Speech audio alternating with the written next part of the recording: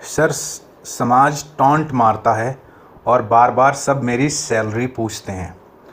Sir नमस्ते sir, मैं पढ़ता भी हूँ और शाम को पार्ट टाइम जॉब भी करता हूँ 4 से 8 बजे तक और 3,000 रुपये में। सर मेरी एज 19 है, क्या मैं गलत कर रहा हूँ?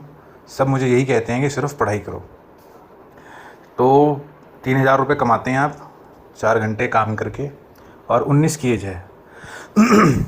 इसमें जो क्वेश्चन है, आपने काफ़ी चीज़ें बात बताई हैं, लेकिन इसमें जो इम्पोर्टेंट क्वेश्चन है वो ये है कि ये जो लोग टॉन्ट मारते हैं, समाज मारता है टॉन्ट या आपकी फैमिली मारती है? और ये जो पढ़ने के लिए कहते हैं, ये लोग कौन हैं? खैर, इसमें मैं आपको एक चीज़ बताऊंगा, आप सही कर रहे हो गलत कर रहे हो ये फ़ैसला आप करोगे, लेकिन मैं आपको कुछ चीज़ें क्लियर कर दूं जिससे कि आपको ये फ़ैसला लेने में आसानी होगी। 19 साल की उम्र में आप नौकरी भी करते हो, पढ़ाई भी करते हो। सवाल ये उठता है कि नौकरी क्यों करते हो? क्योंकि ये तो उम्र पढ़ाई की है। तो अगर आपके घर की आर्थिक स्थिति ठीक नहीं है, और आर्थिक स्थिति ऐसी है जैसे कई लोग होते हैं घर परिवार में कोई जो बड़ा बुज़ुर्ग होता है वो या तो होता ही नहीं है, मतलब छोटी उम्र में जैसे होते हैं ना, किसी के पेरेंट्स ख़त्म हो जाते हैं, या किसी के पेरेंट्स जो होते हैं, जो फादर होते हैं, उनकी वो ड्रग एडिक्ट होते हैं, जैसे किसी के पापा होते हैं या मम्मी होती हैं, मम्मी की तबीयत ठीक नहीं है, या पेरेंट्स जो हैं या तो ड्रग एडिक्ट हैं या उनको मानसिक तौर पे कोई दिक्कत है या किसी वजह से वो काम नहीं कर पाते हैं, तो सारा जो बोझ होता है वो बच्चों पे आ जाता है। बच्चों को ही घर चलाना पड़ता है, वो नौकरी करते हैं, काम करते हैं। तो अगर आपके घर की स्थिति ऐसी है कि घर में कमाने वाला कोई नहीं है और घर की जिम्मेदारी, खर्चे की जिम्मेदारी आपके ऊपर है और आप कमाई करते हो, तो इसमें आप वक्त भी निकाल लेते हो पढ़ाई करने का। मतलब आपने कमाई के चक्कर में पढ़ाई को कॉम्प्रोमाइज़ नहीं किया। अगर सिचुएशन ऐसी है जिसमें कमाई करना ज़रूरी है, तो फिर जो लोग टॉन्ट मारते हैं, आप बिल्कुल, आपको उसकी केयर नहीं करनी चाहिए। वो मानसिक तौर पे कमज़ोर लोग हैं, ठीक है। लेकिन अगर आपकी घर की आर्थिक स्थिति ठीक है, आपके पेरेंट्स अच्छे से कमाई करते हैं, आपके ऊपर घर चलाने का कोई बोझ नहीं है, कोई किसी तरीके की ज़ोर ज़बरदस्ती नहीं है कि तुम्हें घर चलाना पड़ेगा, और आप सिर्फ अपने जेब खर्च के लिए पैसा कमाते हो, काम करते हो, मतलब आपके ऊपर घर चलाने की कोई जिम्मेदारी नहीं है, ये आप शौकिया करते हो, तो इस बारे में मैं ये कहूँगा कि ये मुझे जो लगता है मैं वही बताऊँगा, बाकी आपकी मर्ज़ी है। ये गलत कर रहे हो आप, क्योंकि कमाने के लिए सारी ज़िंदगी है, लेकिन पढ़ाई करने के लिए सारी ज़िंदगी नहीं है आपके पास। और आप इस एज में, 19 की एज है, कोई ऐसी बड़ी एज नहीं है, बड़ी छोटी सी एज है। और इस एज में क्या नाम है कि अगर आप पढ़ाई लिखाई करोगे, जैसे आप फॉर एग्ज़ाम्पल अगर आपने नौकरी में 4 घंटे दे दिए तो उसके बाद आप थक जाओगे, आप पढ़ाई लिखाई नहीं कर सकते हो। अगर आप जैसे स्कूल कॉलेज में जाते हो, पढ़ाई करते हो, तो उसके बाद जब वापस आते हो तो वापस आने के बाद अपना एक ऑब्जेक्टिव सेट कर सकते हो कि आपने कोई कंपनी है, सरकारी नौकरी है या कोई अच्छी कंपनी में तुमने नौकरी करनी है, तो उसके लिए आपको प्रिपरेशन करनी पड़ेगी, तैयारी करनी पड़ेगी। और तैयारी करने के लिए टाइम कहाँ से निकलेगा?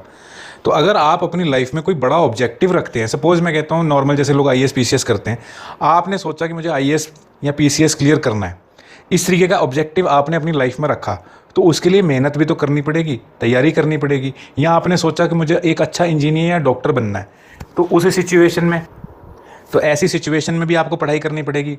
अगर आप कहते हो कि मुझे तो पढ़ाई करने में इंटरेस्ट ही नहीं आता है, मुझे तो कुछ ना इंजीनियर डॉक्टर बनना है, ना मुझे एग्ज़ाम क्लियर करना है, मेरे तो शौक़ ही अलग हैं, तो आपका शौक़ क्या है? आप किस चीज़ में अपना फ्यूचर देखते हो? क्या आप सिंगिंग में जाना चाहते हो, म्यूज़िक में जाना चाहते हो? आपका इंटरेस्ट किस चीज़ में है? लेकिन अगर आप चाहते हो कि नहीं, मैं तो पढ़ाई लिखाई करके एक अच्छी नौकरी करना चाहता हूँ, तो फिर आप ये देखो ना कि आप महीने के 3,000 रुपये कमाते हो। आप एक महीने के 3,000 कमाते हो तो 12 तिया 36, साल के 36 कमा लोगे। और 10 साल के आप कितने कमाओगे? 3,60,000 रुपये आप 10 साल में कमाओगे।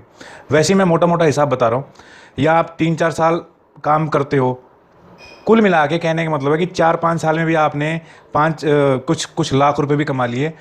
और आप ये देखो कि अगर आप पढ़ाई करते हो, अच्छे नंबरों से पास होते हो, अच्छा कोई एग्ज़ाम क्लियर कर लेते हो, तो आप महीने के लाख 2 लाख ऐसे ही कमा लोगे। तो कहाँ आप हज़ार रुपए करके इतने लाखों रुपए कमाओगे? तुम्हें कितने साल लग जाएंगे। और कहाँ लोग एक महीने में 2-2, ढाई लाख रुपए कमा लेते हैं। तो कैसे कमा लेते हैं? कई लोग तो ऐसे हैं जो साल में 1 करोड़ रुपया भी कमा लेते हैं, 1-2 करोड़ रुपए के पैकेज होते हैं उनके। तो वो कैसे आएंगे? वो आप पार्ट टाइम जॉब करके उससे एक्सपीरियंस लेके क्या सीखोगे आप? तो मेरे कहने का मतलब ये है कि समाज की बात 1 मिनट के लिए, मैं अभी थोड़ी देर के लिए मैं नहीं करता, लेकिन मैं ये कहना चाहता हूँ कि अगर लाइफ में आपके ऊपर बोझ नहीं है, जिम्मेदारियाँ नहीं हैं, तो वो वक्त आम तौर पे जो युवा होते हैं वो तो चैटिंग में और लोगों के साथ सोशल मीडिया पे इश्क करने में और ब्रेकअप और मूव ऑन में वो अपना सारा प्रेशियस टाइम ख़राब कर देते हैं। बाद में जब जिम्मेदारियां उनके ऊपर आती हैं, शादी होती है, बच्चों के खर्चे, फिर उनको समझ में आता है कि कितना ज़िंदगी बर्बाद कर दिया। मैटर पैसा करता है, वाकई में पैसा इंपॉर्टेंट है, ज़िंदगी में पैसा बहुत इंपॉर्टेंट रोल प्ले करता है। लेकिन मैं खैर बात ये भी करता हूँ कि तन और मन को समझने की, लेकिन पैसे की अहमियत को नज़रअंदाज नहीं किया जा सकता। तो वही चीज़ आ जाती है, अगर आप ज़िंदगी में अगर आपके ऊपर पैसे का दबाव नहीं है, कोई घर चलाने का ऐसा कोई प्रेशर नहीं है, तो फिर आपको नौकरी करने की बजाय वो जो 4 घंटे आप नौकरी में लगाते हो, वही चीज़ आपको लगानी चाहिए किसी न किसी एग्ज़ाम को क्लियर करने की तैयारी में। और कुछ भी अपनी लाइफ में ऑब्जेक्टिव सेट करें कि मेरे को ये एग्ज़ाम क्लियर करना, उसकी तैयारी करो। और सपोज़ मैं आपको एक और चीज़ बताता हूँ, मैं अपनी लाइफ की आपको एक आपको बात बताता हूँ। मेरे ना लाइफ में जब मैं पढ़ाई करता था कॉलेज में, खैर मेरा कभी इतना इंटरेस्ट रहा नहीं कि मैं जो कोर्स की किताबें उन पे फोकस करूँ, लेकिन पढ़ाई में मेरा इंटरेस्ट था। मुझे किताबें पढ़ने का शौक़ था जो पर्सनालिटी से रिलेटेड होती थी, जो साइकोलॉजी से रिलेटेड होती थी। मेरा मतलब पैशन था मुझे कि माइंड को, सबकॉन्शियस माइंड कैसे काम करता है, व्यक्ति के इमोशंस कैसे काम करते हैं। मुझे इमोशनल इंटेलिजेंस में काफ़ी ज़बरदस्त दिलचस्पी थी, लोगों का व्यवहार में दिलचस्पी थी, तो मैं ऑब्ज़र्व करता था, उनसे रिलेटेड बुक्स पढ़ता था। तो मुझे जैसे बॉडी लैंग्वेज होती है या लोगों के व्यवहार कैसे होते हैं, तो कॉलेज में इस किस्म की बुक्स मिल जाती हैं लाइब्रेरी में।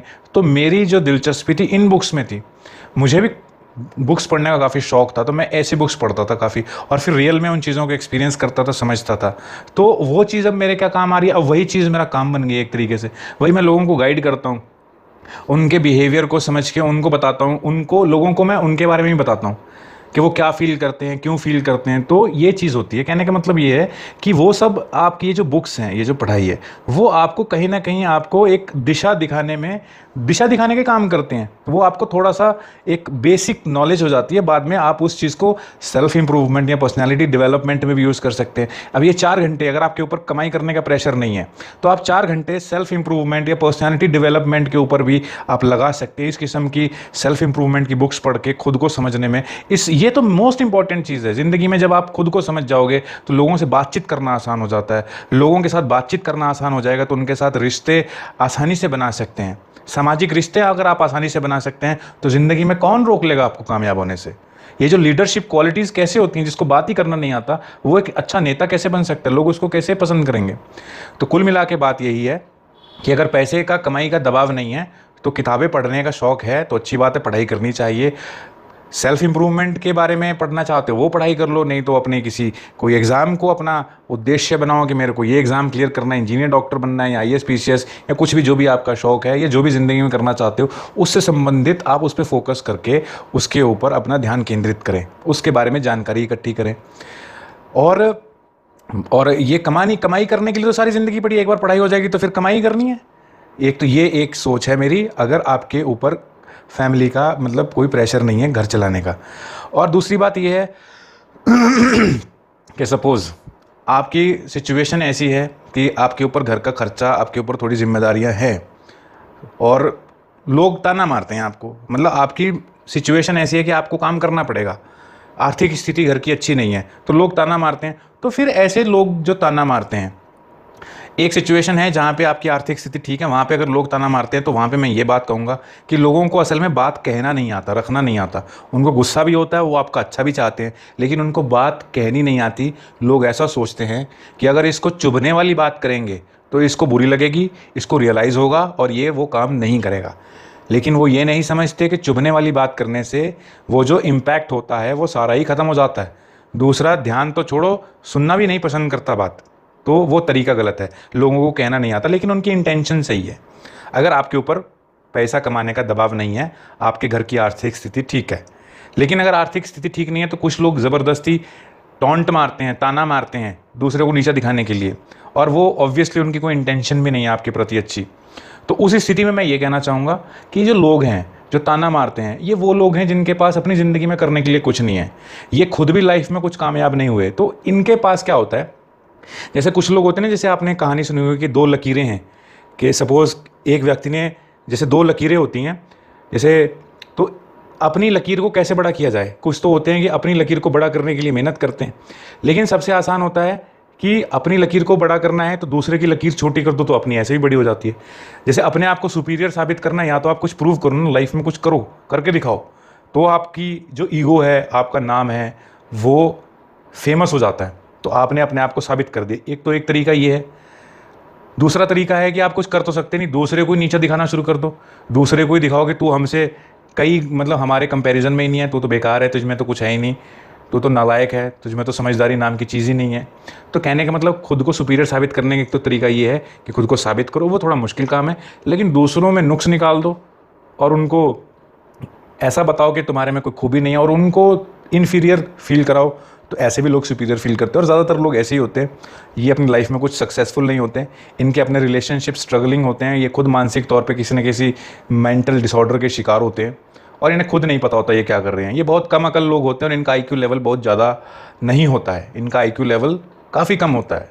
मैं आमतौर पर ऐसे लोगों को कम अकल कहता हूँ, और इनमें दिमाग नाम की जो चीज़ होती है बहुत थोड़ी होती है, उसका साइज़ बहुत थोड़ा होता है। तो ऐसे लोगों पे बिल्कुल भी ध्यान नहीं देना चाहिए लोग क्या कहते हैं क्या नहीं कहते। लेकिन मैंने आपको क्लियर कर दिया कि अगर आर्थिक प्रेशर नहीं है तो फिर अपनी एजुकेशन पे फोकस करना चाहिए, और कमाई करने के लिए तो ज़िंदगी है, कर लेना बाद में कमाई, खूब कमाई करना, कोई दिक्कत नहीं है। लेकिन पढ़ाई का वक्त ख़राब कर दिया फिर बाद में पढ़ाई नहीं कर पाओगे। लेकिन अगर कोई आर्थिक समस्या है तो फिर आप, ये अच्छी बात है कि आप कमाई के साथ साथ पढ़ाई भी कर रहे हो, आपने पढ़ाई को छोड़ नहीं दिया। क्योंकि आमतौर पे लोग तो बहाने ढूंढते हैं, मैंने काफ़ी लोग देखे हैं वो बहाने ही ढूंढते हैं। मैंने ज़िंदगी में ऐसे काफ़ी लोग देखे हैं जो बहाने ढूंढते हैं काम करने का, कि बस पढ़ाई से छुटकारा मिल जाए। लेकिन बाद में क्या होता है, वही 8-10 हज़ार रुपये कमाते रह जाते हैं। लेकिन पढ़ाई एक ऐसी ताकत है जो कि आपको महीने के लाखों करोड़ रुपए देने की क्षमता रखती है। लेकिन सिर्फ पढ़ाई के कारण आप महीने के लाखों करोड़ों कमा सकते हैं, क्योंकि आपके पास स्किल है, कोई टैलेंट है जो पढ़ाई से आप कर सकते हो। लेकिन अगर नॉर्मल व्यक्ति है, उसके पास क्या टैलेंट है, मजदूर आदमी क्या टैलेंट दिखा लेगा, मजदूर आदमी क्या लाखों रुपए करोड़ों रुपए महीने के कमा सकता है। असल में जो वैल्यू होती है वो माइंड की होती है, वो आइडियाज़ की होती है, और आइडियाज़ आते हैं आपको एजुकेशन से। तो मैं यही कहूँगा आपको एजुकेशन पर फोकस करना चाहिए अगर कोई आर्थिक दबाव नहीं है। लेकिन अगर कोई दबाव है, आर्थिक स्थिति आपकी ठीक नहीं है, तो फिर आप लोगों की केयर ना करें। लोग तो कुछ ना कुछ कहते रहेंगे, ये लोगों का काम होता है। खाली वक्त में कुछ ना कुछ तो बात करनी होती है ना, तो इतना ध्यान नहीं देना चाहिए। ऐसे लोगों की संगत ही नहीं करनी चाहिए। अगर फैमिली में भी कुछ ऐसे लोग, वैसे फैमिली के लोग ऐसी बातें नहीं करेंगे, क्योंकि वो तो तभी कहेंगे जब कोई प्रेशर नहीं होगा कमाई का। लेकिन अगर फिर भी ऐसी बातें करते हैं तो फिर ज़्यादा ध्यान नहीं देना चाहिए, क्योंकि सिंपल सी बात है, उन्हें समझ ही नहीं है वो क्या कहना चाह रहे हैं। Thank you.